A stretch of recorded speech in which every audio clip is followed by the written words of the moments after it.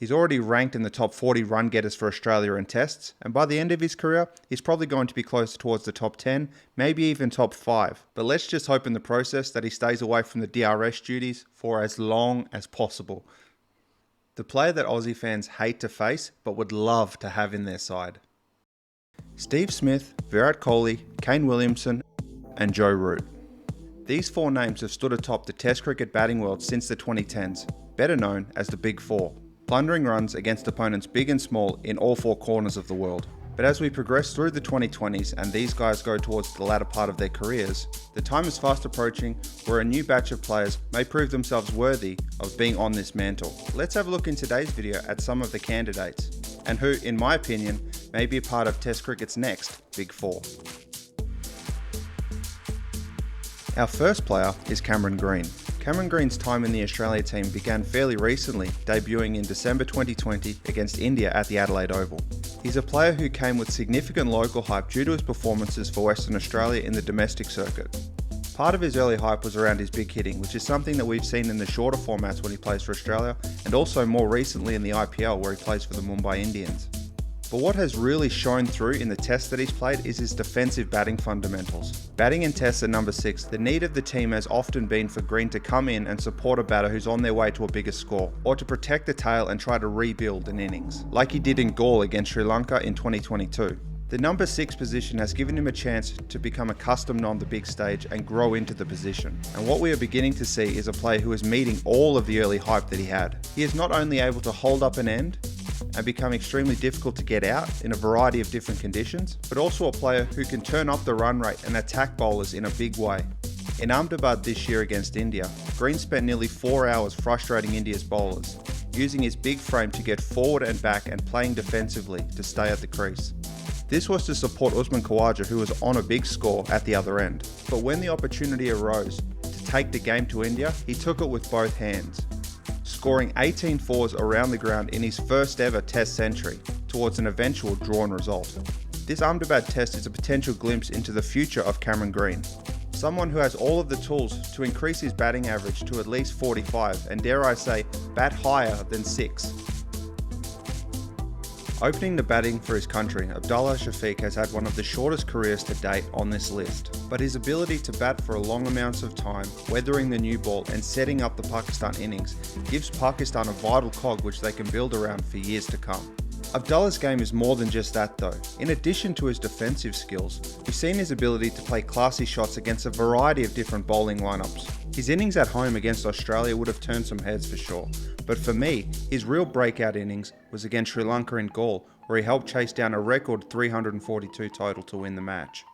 We saw so much concentration and endurance in that chase, having to stay at the crease for over 8 hours in a trial by spin. Although it's almost impossible to foresee how well or how long a player's international career can be. At his young age, with a growing partnership with Imam Al-Haq at opener, this is a great opportunity for him to be a long-term player in this side. But what we really need to see is whether he can transfer this skill set away from the pitches at home and in the subcontinent and onto the bouncier decks around the world. If he can do this, we might be looking at Pakistan's next pillar at opener, amongst the likes of Saeed Anwar and Hanif Mohammed amongst others in Pakistan's cricket history. Shubman Gill has almost been destined for the big time from an early age. He's one of the latest players to play and win an Under-19 World Cup for India and then make their way into the senior side, following the likes of Virat Kohli. Debuting in the Boxing Day Test against Australia at the MCG in 2020, if I were to sum up Shubman Gill's game in a word, it would be sophisticated. Shubman has all the shots for a player that plays all 3 formats of the game. He goes from working a ball into the gap for a single to flicking a ball over the top for 6 in an instant. Although he's only scored 2 centuries in his short career so far and his batting average is the lowest of the players on this list, you can see by watching him that all of the tools are there. And as an opener, he isn't afforded the luxury of having someone else to nullify a new ball before he comes out to bat. The way seems set for him to become one of India's next megastars in the ilk of Virat Kohli and Rohit Sharma. What will ultimately determine that though is his performances on the pitch in front of the Indian faithful. His century against Australia in Ahmedabad shows that he is continuing to improve his game, and there is a chance that he might even be a future captain for India. It's going to be very interesting to watch Shubman Gill over the next few years. Now, if you were to start a new job and set yourself up for future success, following one of Australia's best ever batsmen wouldn't be a bad way to start. Indeed, it seems that as Steve Smith rides off into the sunset, Marnus Labuschagne or Marnus Labuschagne will be the one to take the mantle as Australia's #1 Test batsman for years to come. But to say that he is simply a Steve Smith clone is selling Marnus a little short. His stop and start beginning to his Test career, where although he was earmarked for big things, he was struggling for a time to get a big score together, highlights the scale of improvement that we've seen over the past few seasons. We all know about how he replaced Steve Smith as a concussion sub, and then how his game has gone from strength to strength since. But to do that in the Ashes highlights his determination and never say die attitude. My favourite innings of him was against England at Adelaide in 2021. He was 27 runs off 124 balls at a time, and wore the battle scars to prove that he earned every single one of those runs towards an Australian victory.